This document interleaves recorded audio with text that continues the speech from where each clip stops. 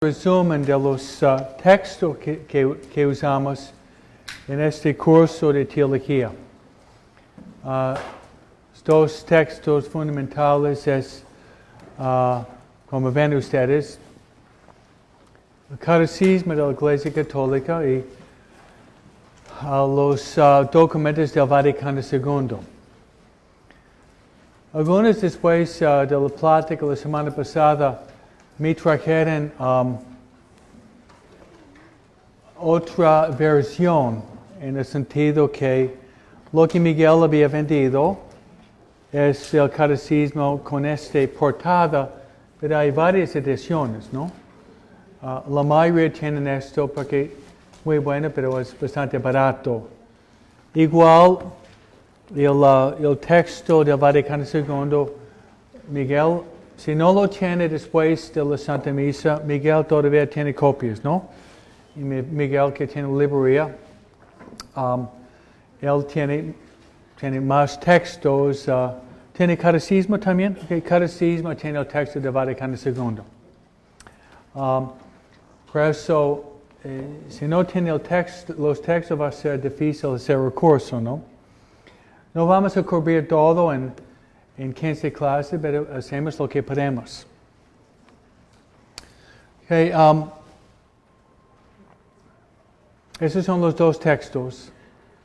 Y tal vez ustedes ya leyeron los textos cuando salió del Vaticano, del Catecismo. Nosotros en la parroquia pasamos un año sacando copias, explicando el catecismo en todas las misas. Esto fue hace más que 20 años atrás, ¿no?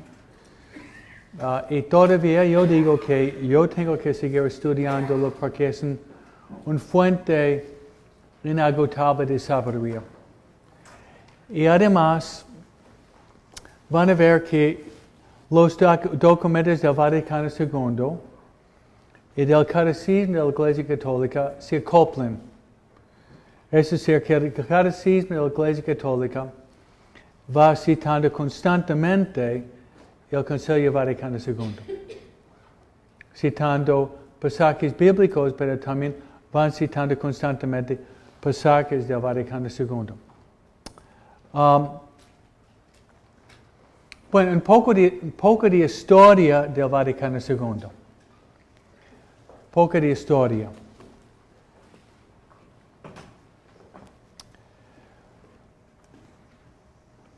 Papa Juan XXIII, él fue escogido Papa cuando él era muy grande.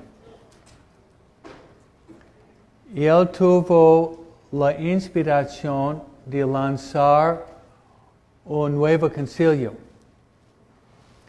Y mucha gente pensaba que no sería posible, porque él tenía casi 80 años.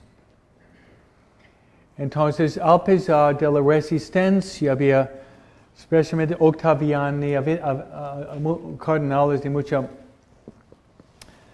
mucho poder, pensaba que era loco. Como un hombre de 80 años va a empezar un consejo que iba a involucrar a todos los obispos del mundo. Entonces pensaba que era una cosa fuera de la onda, pero él inspirado por el Espíritu Santo, empezó el Concilio Vaticano II. Pero en medio del concilio murió. Entonces Juan XXIII murió muy poco después del concilio. Él empezó junto a los cardenales y él abrió las puertas, dijo que quería abrir las puertas al Espíritu Santo y murió. Y tuvieron un conclave. Conclave significa para escoger un nuevo papa. El papa que lo siguió, su nombre era Giovanni Montini y lo llamamos ahorita Papa Pablo VI. Y los dos ahorita son santos. Pablo VI fue canonizado hace como un año con Romero, que era un santo de Salvador. Y ustedes saben, yo pienso que Juan 23 fue canonizado con Juan Pablo II, hace como ya 5 años. Entonces los dos que llevaron adelante el concilio son santos canonizados. Entonces Juan 23 empezó el concilio, Pablo VI lo terminó, y luego Papa Pablo VI era Papa hasta el año 1978. Él murió el 6 de agosto, a la fiesta de la transfiguración del año 78. Y luego fue escogido Juan Pablo I. Su nombre era Luciani, el arzobispo cardenal de Venecia. Y él era papa por un mes, no más. Murió de repente, fue un shock que tuvimos ese papa. Y luego tuvimos 3 papas en 3 meses. Tuvieron otro conclave y luego escogieron, ustedes saben, Karol Wojtyła, no sé si conocen ese nombre, ¿no? Karol Wojtyła, en octubre 78, y él murió el 2 de abril 2005. El tercer pontificado más largo en la historia de la Iglesia. Digo eso porque Juan 23 empezó, Juan Pablo VI lo terminó, y Juan Pablo II sintió obligado de implementar o poner en práctica los documentos, la enseñanza de los documentos del Vaticano II. Uno empezó, otro lo terminó, y Juan Pablo sentía, cuando era papa, de llevar a cabo la enseñanza de este concilio. A propósito, Juan Pablo estaba presente en el concilio. Y además, Padre Ratzinger, no sé si conocen ese nombre. Ratzinger era un joven teólogo de 30 y pico de años en el concilio también. Ahorita es Papa emérito y tiene 92 años, ¿no? Entonces esas son las figuras papales esenciales como fondo histórico. Ok, voy a ver si no falla, Miguel me va a ayudar. Ok, ya lo pueden ver, ¿no? Sí. Que lo que estamos haciendo ahorita es dando un resumen de lo que hemos hecho la semana pasada. Ok, ese es el vocabulario que hemos aprendido. Teología, el estudio de Dios. Filosofía, el estudio de la sabiduría. Biblia, que significa libros. Okay, luego, patrística, ¿se acuerdan? Es el estudio de los padres de la Iglesia. Y hay los padres occidentales y padres orientales. Luego, escatología, el estudio de las últimas cosas, muerte, juicio, cielo, infierno, purgatorio y la realidad de la eternidad. Luego lo que sigue es la palabra católica, que significa universal. Universal. Y luego sigue la palabra el estudio de Cristo. Luego la palabra que sigue. Y eso significa el estudio de la salvación. Luego, ¿qué sigue? Ese sería el estudio del Espíritu Santo. ¿Ok? Y luego hemos dicho también que creemos en un Dios de 3 personas. ¿Qué sigue? El estudio de los actos humanos, ¿ok? ¿Qué sigue? Ok, las virtudes, ok, teologales, lo que nos unen con Dios. Y es la fe, la esperanza, la caridad. ¿Qué sigue? Ok, una virtud y vicio tiene algo en común en el sentido que es un hábito. Pero es un hábito bueno, se llama una virtud. Un hábito malo es un vicio. ¿Okay? Y yo he dicho la semana pasada, si uno toma cada fin de semana por un año, ya tiene el hábito de la tomada, ¿no? He dicho también, si uno va a la cantina, alguien pensaba que Padre Escobita va a la cantina, ¿no? Nunca estuve en una cantina en mi vida y nunca voy a estar, ¿ok? Yo no tengo ese vicio, ¿no? Virtudes morales. ¿Y cuáles son? Okay. Están aprendiendo, ¿ok? Y otro nombre sería virtudes cardinales. ¿Qué son? ¿Se acuerdan el ejemplo que había dado? Bisagra en la puerta, ¿no? Okay. ¿Y qué sigue? Que sacramento y son instituidos por Cristo los 7 sacramentos. ¿Y qué sigue? Eclesiología significa el estudio de la iglesia, eclesiología. Ecumenismo. ¿Y cuál es?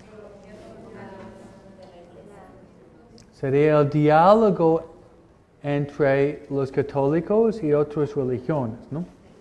Buscan unidad entre nosotros y otras religiones. Teología dogmática. Teología dogmática sería el credo que rezamos en la Santa Misa, la profesión de fe. Derecho canónico. Derecho canónico sería las leyes oficiales de la Iglesia.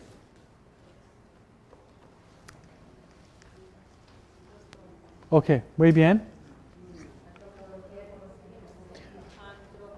Que yo había escrito poco más porque no tuve tiempo la semana pasada. Y este es antropología. Que ese sería el estudio de la persona humana, muy importante hoy día debido al movimiento de transgenderismo, ¿no? Eso es muy actual hoy día, ¿no? Una mujer es mujer, un hombre es hombre, no puede ir cambiando sexos, ¿no? Por eso un entendimiento sólido de la antropología humana es indispensable hoy día en este país que tiene tanta confusión. Tanta confusión. Historia de la Iglesia.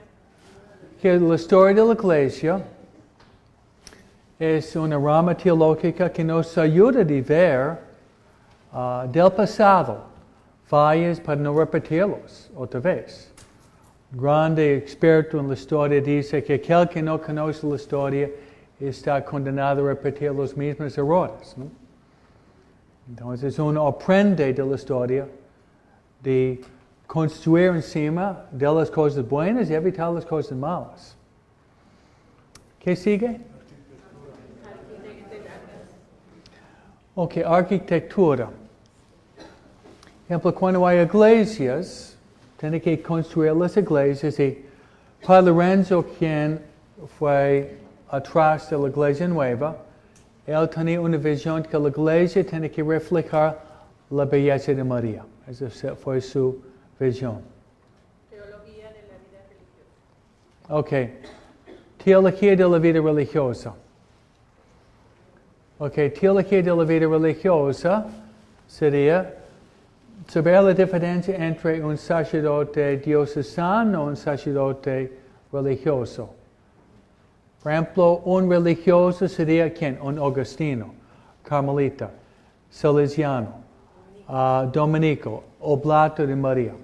Esos son padres o a veces monjas religiosas.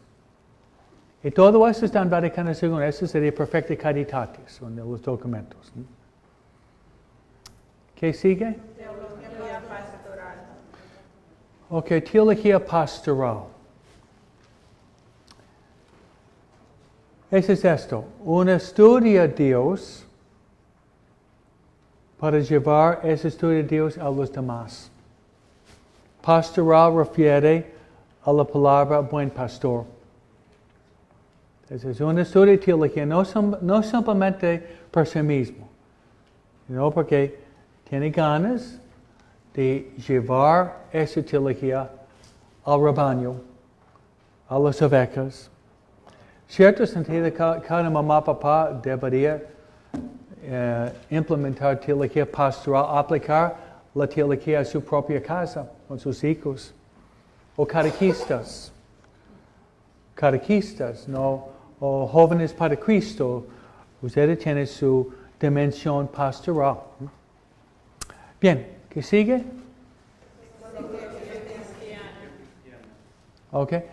Es importante cuando estamos estudiando, hay personas que tienen una forma psicológica distinta. Es bueno saber esto. Forma más amplia se divide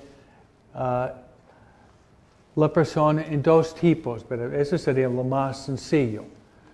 Y en su caso, por ejemplo, usted tiene un hijo, probablemente es introvertido, otro es más extrovertido. Introvertido prefiere estar más consigo mismo. Extrovertido le gusta siempre estar con la gente. Y si tiene 3 hijos, probablemente tiene uno entre los dos extremos, ¿no? Bien. Teología espiritual. Ok. Cuando yo estudiaba en Roma, yo saqué mi título en teología en 3 años, pero en mi 4º año, esa fue mi especialización. Y esa fue mi especialización. Mi 4º año estudiaba todo esto. Y mi profesor decía, es la reina de toda la teología. Porque teología espiritual incorpora todo lo que hemos dicho todavía. Biblia, Dios, virtudes teologales, virtudes morales, cardinales, ¿no? Vicios, virtudes, la oración. Entonces, teología espiritual encapsula todo. Teología espiritual. Algunos de mis amigos estudiaban derecho canónico, otra teología moral, otra teología dogmática. Yo escogí teología espiritual. Y no me arrepiento tampoco, ¿no? Ok, ¿hay algo más?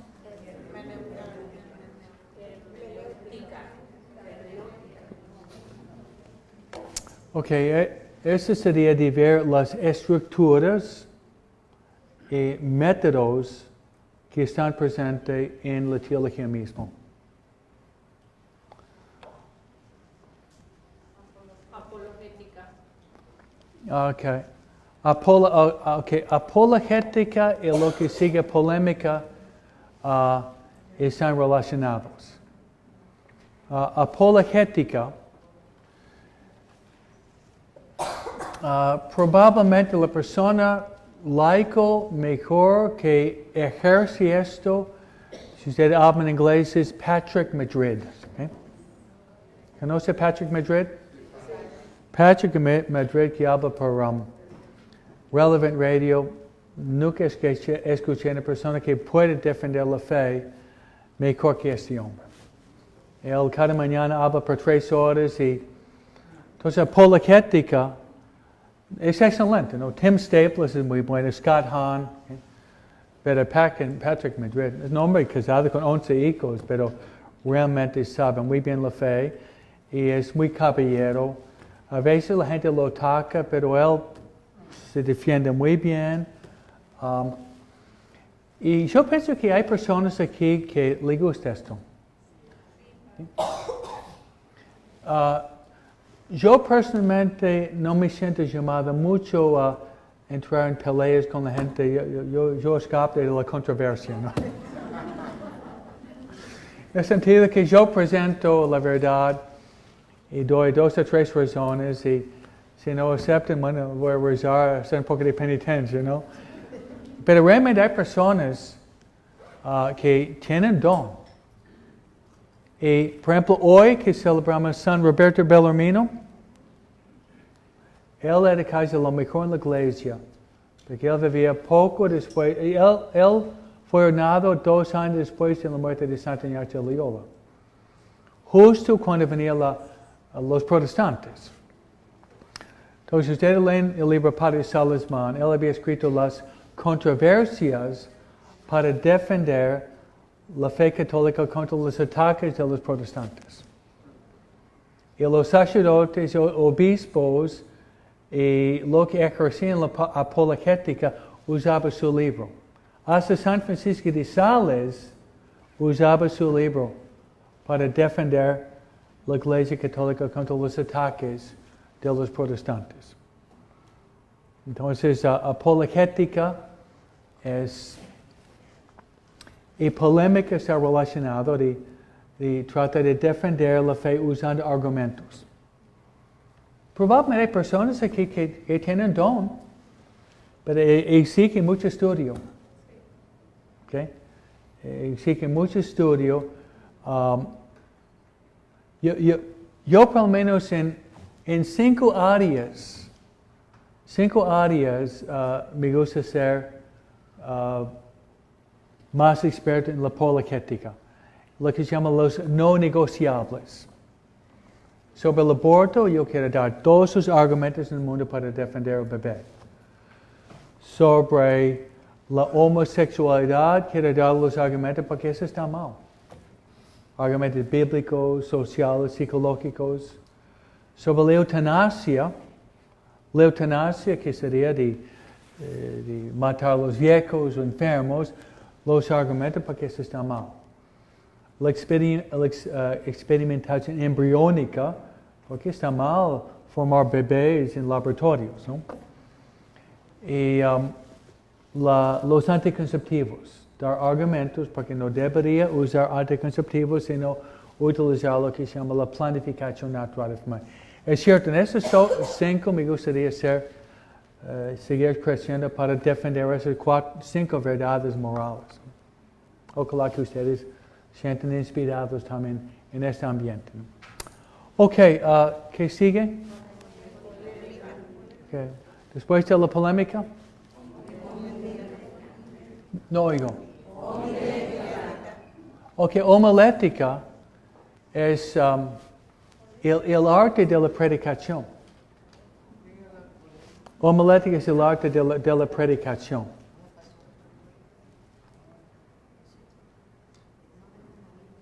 Y realmente depende mucho de la cultura. Escuchaba otro día, llamaron a Radio Católico sobre este tema. Y yo decía, depende mucho de la cultura. Él dijo que en Monsignor Stuart Sweatland, él estaba con un sacerdote de Tanzania. Que sería un país en África, ¿no? Y él dijo que la gente que venía a las misas donde él estaba, a veces tuvo que viajar 1 hora, 2 horas, a veces caminar en bicicleta. El padre tenía que predicar entre 1 hora y 2 horas. Trata de imaginar, el día de domingo yo predico 2 horas en la misa, ¿no? Van a llamar al obispo, ¿no es cierto, no? 2 horas, ¿no? Mientras aquí, si pasamos los 15 minutos, la gente tiene hormigas en sus pantalones, ¿no? O cucarachas, ¿no? Porque no estamos acostumbrados. Yo pienso los latinos un poco más que los americanos, ¿no? Recuerdo estaba en la parroquia en la otra parte del país y pidiendo dinero por nuestros pobres. Y un hombre salió y dijo, su prédica era muy buena, pero se habló 1 minuto demasiado.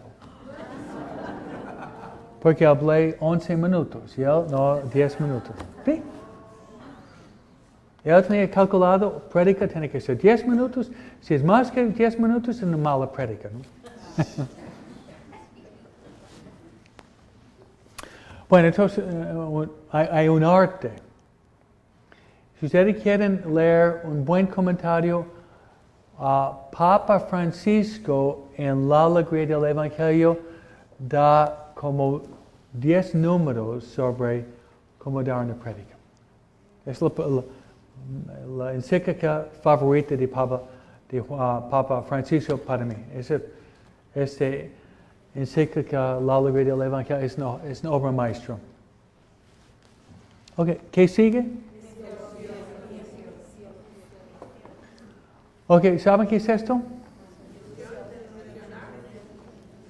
Ok, sería la teología de la misión. La teología de la misión. Que estamos llamados para ser misioneros. Para ser misioneros. Misiología. ¿Hay una más? Ok, muy bien. Ya ustedes tienen un vocabulario muy amplio. Con ese vocabulario amplio teológico ya podemos entrar en el texto mismo, ¿no?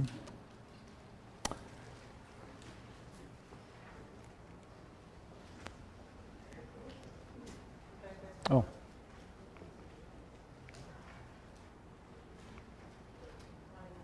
Ok, muy bien.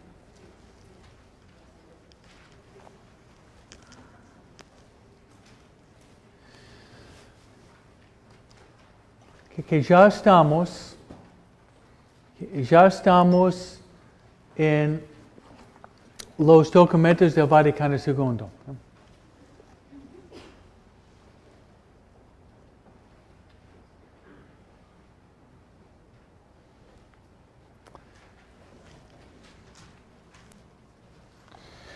Que el Vaticano II que ustedes tiene 16 documentos. 16 documentos. Que lo que ustedes están viendo ahorita son los documentos más importantes de los 16. Más importante.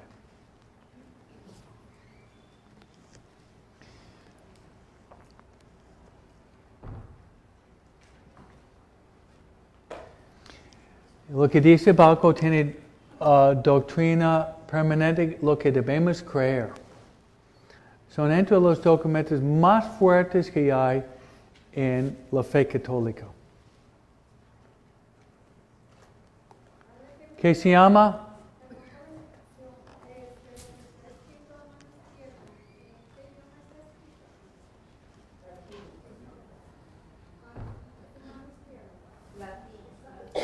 Ok, muy bien, gracias, sí. Okay, se lo explico. Pero se llama constitución dogmática.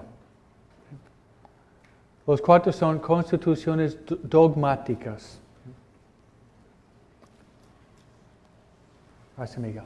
Que son constituciones dogmáticas. En cierto sentido, toda la Iglesia moderna está basada sobre esos 4 documentos. Esos son los pilares de la Iglesia Católica moderna.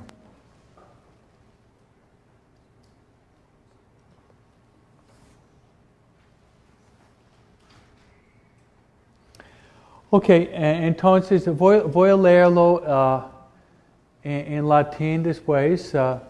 Gracias al trabajo de Miguel, tenemos la traducción en español. Ok, el primer de los documentos se llama Sacrosanctum Concilium. ¿Lo pueden decir? ¿Otra vez? Se habla muy bien latín. Sí, el latín es muy bueno, ¿no? Okay. Para que sepan, los documentos oficiales siempre están escritos en latín. Okay. El original es latín, después hay traducciones en otros idiomas. Y para los que hablan español, latín es fácil para entender los mexicanos o italianos o portugueses o franceses, ¿ok? Entonces, italiano, español, francés, portugués y romanés son los 5 idiomas que tienen base latín. Ok, este es sobre la Sagrada Liturgia.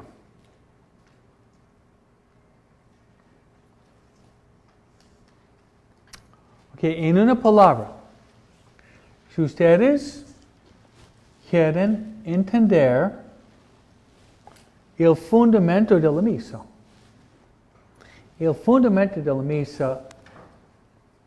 raíces de la misa, el desarrollo de la misa, ese documento es esencial. Esencial.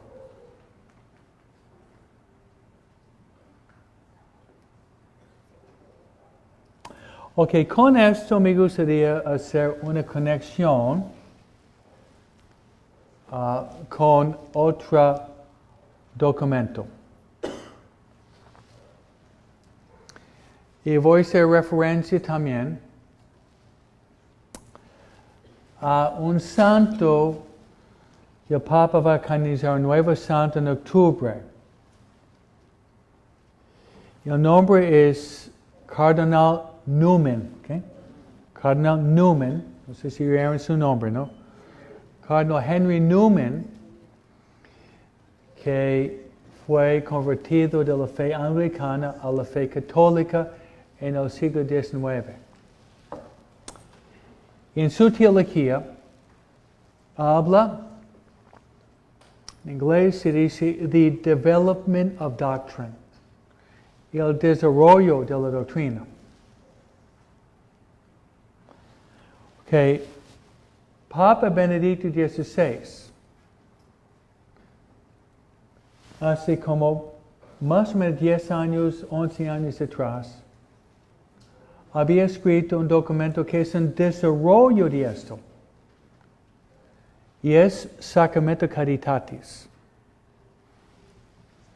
Entonces, ustedes leen Vaticano II, Sacrosanctum Concilium, luego Sacramento Caritatis, van a ver Sacrosanctum Concilium, pero un desarrollo. Se le goza es como un árbol. Un árbol está plantado, pero el árbol crece, y crece, y crece, y crece, y luego las ramas se van extendiendo. ¿Entendieron? Ese concepto del desarrollo de la doctrina es muy importante. Estoy contento que surgió ahorita, porque es muy importante para entender la teología. Okay. Otro ejemplo sería Casti Connubii, Papa Pío XI. Luego Humane Vitae, Pablo VI. La teología del cuerpo, Juan Pablo II. Todo esto es el desarrollo del entendimiento de la sexualidad humana. Casti Connubii, hace 70 años, Papa Pío XI. Decía que no se puede usar los anticonceptivos. Luego, en el año 68, con Humane Vitae, Pablo VI había escrito el documento Humana Vitae que estudiamos en el grupo de San José por 6 meses. Y da una explicación mucho más amplia. Mucho más amplia. Luego, Juan Pablo II, híjole, la teología del cuerpo había dado muchísimas pláticas en las audiencias. Y tuvo que parar porque fue balanceado. Cuando él fue balanceado en el año 81, 13 de mayo, él estaba en el medio de desarrollar uno de los temas más importantes de la teología de la sexualidad humana, como relacionado con Humana Vitae y relacionado también con los anticonceptivos y la planificación natural de familia. Entonces, el desarrollo de la doctrina es como una semilla está plantada, está brotando, está floreciendo, está en pleno vigor. ¿Entendieron? Entonces, para entender la teología, es un concepto teológico esencial. Esencial. El desarrollo de la doctrina.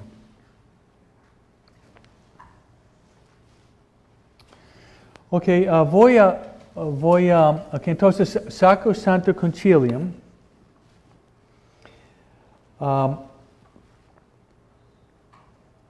Este fue, de todos los documentos, fue aprobado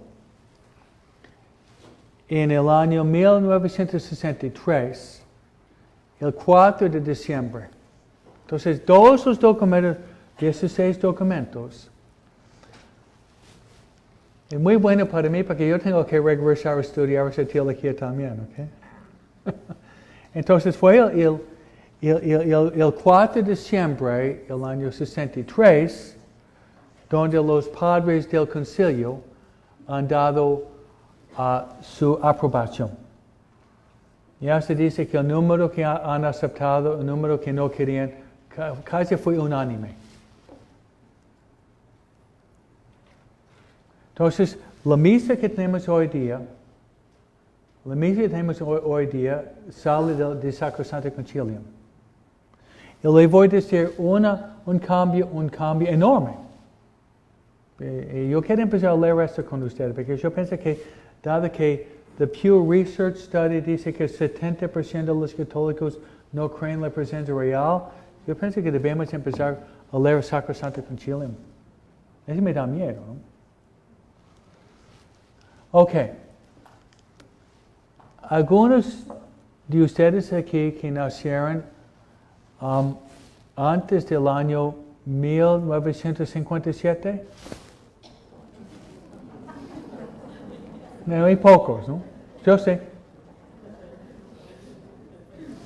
Entonces, los que levantan la mano, ¿se acuerdan en su niñez como la misa era diferente que la misa hoy día? Los jóvenes no se acuerdan. Nosotros viejos o sabios, okay. No digo viejo, pero sabios. Okay. Que yo me acuerdo a los 6 años, que a los 6 años fue el año 1962. Cuando yo tenía 6 años. Yo estaba en primer grado. Yo me acuerdo ir yendo a la misa, mi papi, mi mami, el sacerdote tenía la espalda así. La misa era más larga. ¿No? Y estaba en latín. Había muchas campanitas. ¿No? Me acuerdo la primera vez que fue a la misa, escuchaba, he dicho a mi papi, where's the ice cream man? ¿No?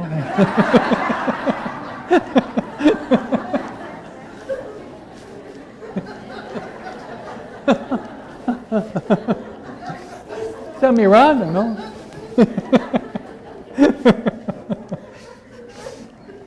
Yo no sabía, ¿no? Porque el ice cream man venía cada domingo cerca de la casa. Pensaba en mi ice cream había llegado a la iglesia por la mañana, ¿no? Entonces, este fue un cambio esencial de la misa. La misa estaba en latín.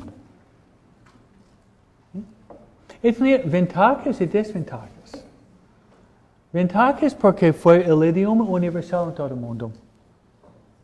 África, México, En Australia, todo el mundo, la misa fue en latín.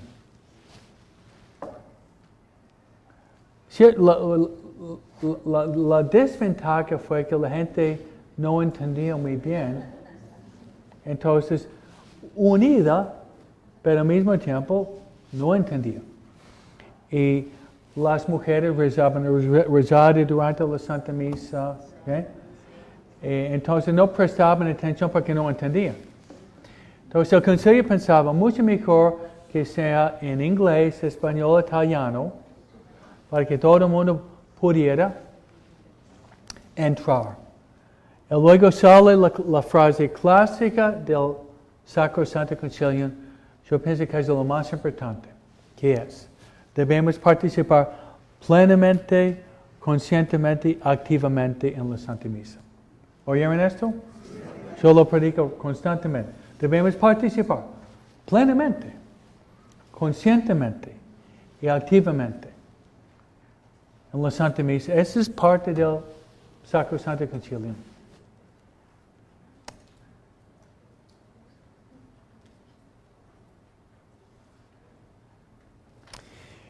Y yo pienso ustedes al leerlo, ustedes están leyéndolo, que tengan paciencia.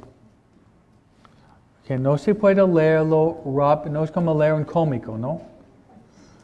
Tiene que leerlo lentamente, leerlo una segunda vez, pero con esa base teológica, yo pienso que ustedes van a poder leer y entender bastante. Entender bastante.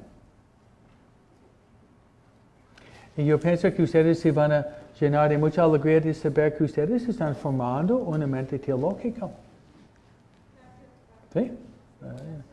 Saber personas, laicos, ustedes entendiendo la teología, la capacidad para expresar, por ejemplo, usted puede explicar, aprendemos de Padre Escobar el desarrollo de la doctrina, es un concepto teológico muy profundo, pero muy práctico.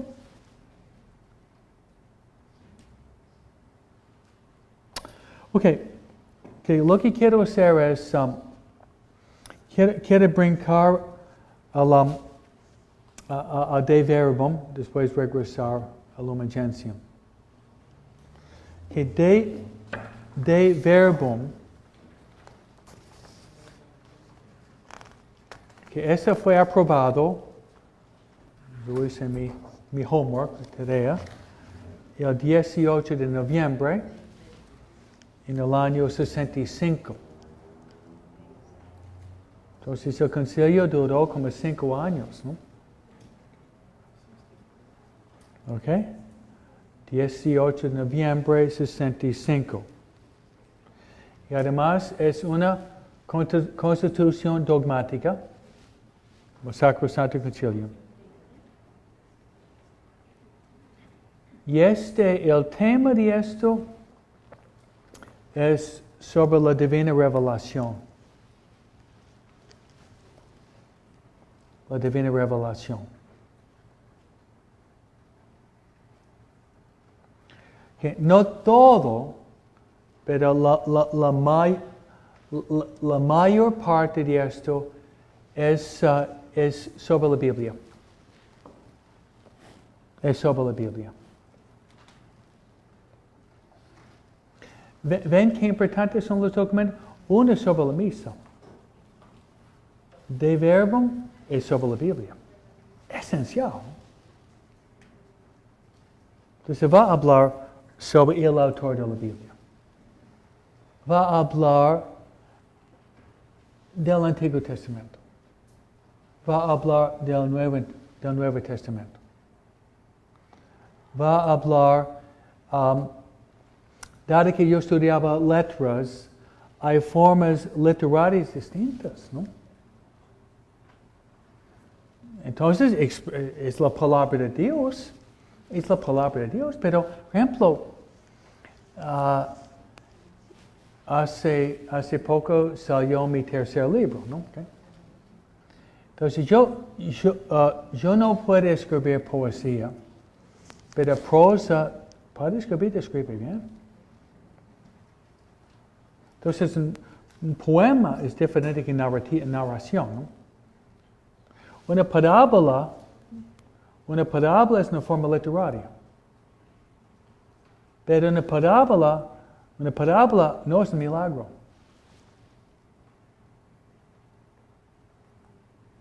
Entonces hay metáforas, hay alegorías, hay aliteración.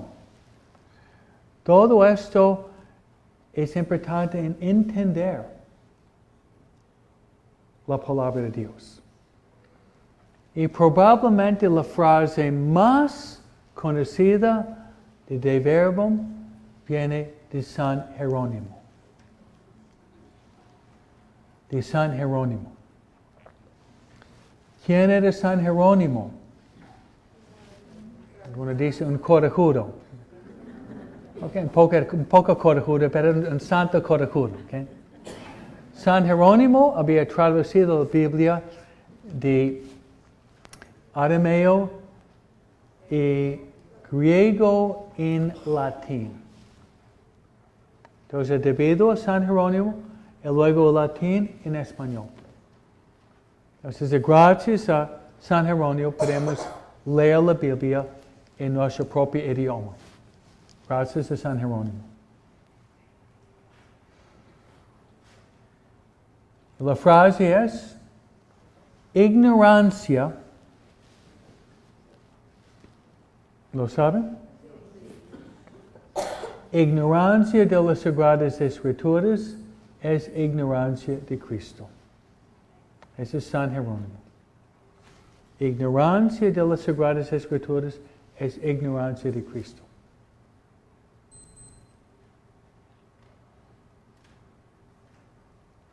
Y el concilio promueve muchísimo en este documento que los católicos de leer la Biblia cada día. Hasta este punto, en general, los católicos no leen la Biblia. Los protestantes sí. Estamos hablando hace 55 años atrás. Sí, algunos católicos sí, pero en general no estaba tan promovido la lectura de la Biblia por católicos. Pero desde el Vaticano II, sí, la Biblia, léelo cada día. Leer la palabra de Dios cada día. Hoy día, uno de los catequistas fue Berta. Yo me quedé impresionado. Había dado a ¿cuántos niños? 10 niños. Había dado a sus 10 niños una Biblia en la primera comunión. Me invitó a bendecirlo, pensaba, eso está muy bien. Y los niños no saben leer muy bien. Eso va a obligar a sus papás a leer la Biblia con ellos, ¿no? Muy astuto, ¿no? Sí, hay que tener. He dicho a los niños, ustedes 6, 7, 8 años, yo no tenía Biblia con ellos de 7, 8 años, eres más dichosos que Padre Escobita, ¿no? En una palabra, leer de Verbum, uno va enamorándose con la palabra de Dios. Ok, desarrollo de la doctrina. Papa Benedicto había escrito una encíclica. ¿Cuál fue? Verbum Domine. Es de Verbum atrás. Que Verbum Domine es de Verbum al revés. ¿Y cuál fue? Un desarrollo de la doctrina donde Papa Benedicto promueve a los católicos de leer la palabra de Dios. Si ustedes leen mis artículos por Catholic Exchange, mi artículo por Catholic Exchange está sobre ese tema esta semana. Que lo leen esta noche. Y es Lectio Divina. Lectio Divina. Eso es lo que expresa Papa Benedicto XVI en Verbum Domine. Lectio, meditatio, contemplatio, oratio, actio, transformación. 5 pasos para ser Lectio Divina. Lectio, leer. Meditatio, pensar. Contemplatio, imaginar que estamos con Dios. Oratio, platicar con Dios. acción, poner en práctica lo que estamos meditando. Transformación, no más yo que vivo es Cristo que vive en mí. ¿Qué es eso de verbo? Okay. Voy a ir al último, porque quiero terminar con Lumen Gentium, que está considerado lo más importante de todos. Okay. Gaudium et Spes, y es sobre la Iglesia en el mundo actual. Algunos podrían decirme qué significa Gaudium et Spes en español.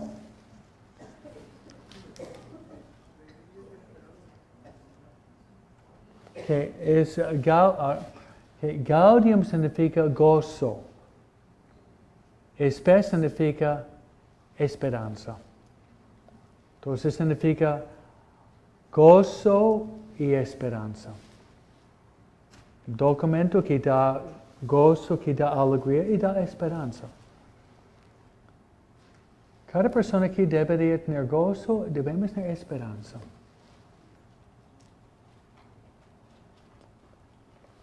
Esto fue aprobado el 7 de diciembre de 1965.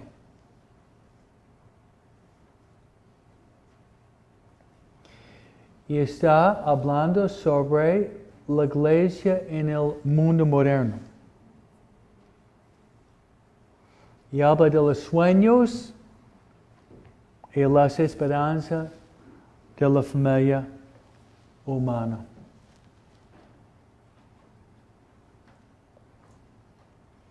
¿Quién estaba presente? Porque para componer este documento había una comisión de teólogos. Entonces, cada documento había una comisión de teólogos, de obispos, sacerdotes, escribiendo, aportando, y luego, después de martillarlo, salió el documento. La persona esencial del Gaudium et Spes fue el obispo Karol Wojtyla. Sí. ¿Qué es? Ese fue el documento con el obispo de Cracovia. Él fue el instrumento fundamental atrás de este documento.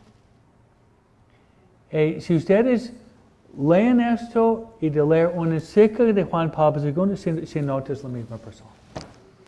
Mismo vocabulario, conceptos, teología, ¿no?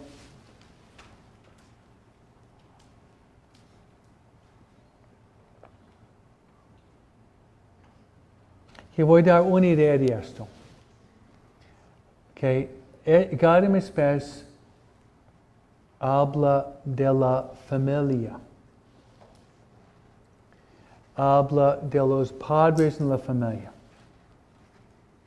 Habla que los papás son los maestros principales de la familia. Eso es Gaudium et Spes. Habla de los ataques contra la familia. Habla hace 55 años atrás, ¿no? Habla de los peligros de ateísmo, ¿sí? Parece que no había muchos ateos hace 50 años. Hoy día en la universidad la mayoría son ateos, ¿no? Ese fue un documento profético. Y voy a hacer una conexión. Cuando él habla de la familia, si ustedes van al Catecismo de la Iglesia Católica, van a ver muchas referencias entre Gaudium et Spes y el cuarto mandamiento. ¿Cuál es el cuarto mandamiento? Entonces ustedes van a ver muchas citaciones en esto. Cuarto mandamiento que refiere al deber de los papás que está sacado de Gaudium et Spes. ¿Ven el paralelo? Por eso les pedí de tener los dos. Porque esa es la base del Catecismo de la Iglesia Católica, y la Biblia por supuesto. ¿Entendieron? Muy bien. Y llegamos, según la mayoría de los teólogos, al terminar, los teólogos hoy día dicen que la obra maestra, la constitución dogmática más importante de todo Vaticano II es Lumen Gentium. Lumen Gentium. ¿Cómo? Sí, eso es sobre la Iglesia, pero esta es más bien una explicación sobre la jerarquía de la Iglesia. Ok, cada especie sobre la Iglesia, pero problemas en el mundo que la Iglesia tiene que enfrentar. Ateísmo práctico, ateísmo dogmático, problema con la familia, el deber de los padres, el deber de los hijos hacia los padres. ¿No? Estos es cada especie, problemas muy prácticos. Mientras cada especie tiene 8 capítulos.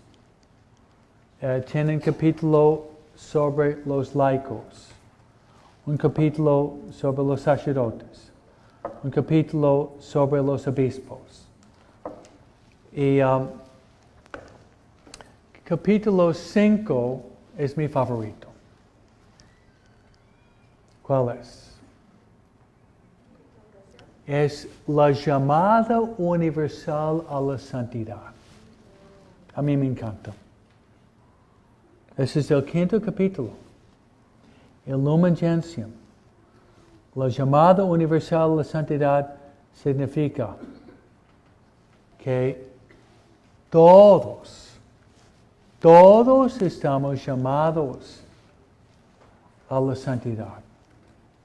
Todos están llamados de ser santos. Yo pensé que no es una novedad para ustedes, pero hace 55 años, ¿sabe lo que le mete a la gente? ¿Yo santo? Oh, no, yo no soy uno de estos, no. Sí, todavía. Me acuerdo cuando empecé la dirección espiritual en Buenos Aires, en Argentina, estaba dirigiendo una profesora.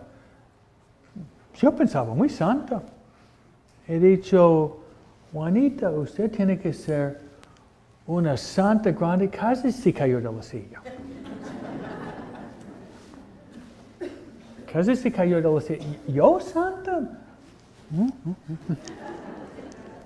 Yo no puedo. ¿No? Ese fue un concepto falso y este capítulo 5 da y explica todas las vocaciones. Jóvenes tienen que buscar la santidad. Solteros tienen que buscar la santidad. Casados tienen que buscar la santidad. Cansados tienen que buscar. Religiosos tienen que buscar la santidad. Luego dice, los ancianos tienen que buscar la santidad. Y hasta habla de mi obra que había escrito sobre los ancianos. Dice que los ancianos, los que sufren, tienen una vocación a la santidad. Por eso el título es la llamada universal a la santidad. Todo el mundo está llamado a la santidad. Y tiene 8 capítulos. Yo creo que las constituciones dogmáticas, ustedes lo pueden leer y entender bastante. Es denso, muy teológico, muy bíblico, y hay referencias a otros concilios, pero yo pienso que ustedes van a sacar mucho provecho. que el octavo capítulo, leyendo el concilio, el octavo capítulo pensaba de hacerlo un documento aparte.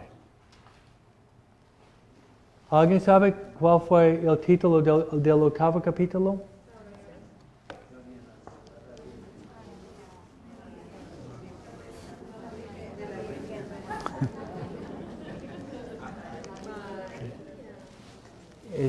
Ese sería el capítulo sobre la Santísima Virgen María en su lugar en la Iglesia. Fulton Sheen, que menciona mucho,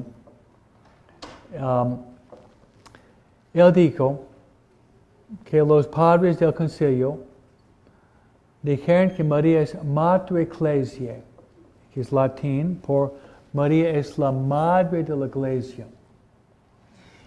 Y una vez que había pronunciado esto, los padres del concilio se levantaron por algunos minutos en aplauso. Por como 4 o 5 minutos. ¿No? María es la madre de la Iglesia, María es la madre de Dios, María es la madre de la Iglesia, y María es la madre de todos nosotros. Amén. Que una idea más, y yo pienso es suficiente para esta noche, una idea más. En Lumen Gentium capítulo 8, hay 3 títulos que el Vaticano II da para María. Esos 3 títulos, esperemos que sean el nuevo dogma mariano, que están presentes en una constitución dogmática es muy fuerte. ¿Y cuáles son los 3 títulos? En Lumen Gentium capítulo 8, María es la medianera. Es la medianera de todas las gracias. María también es la corredentora. El único redentor, y este es nuestro Señor Jesucristo.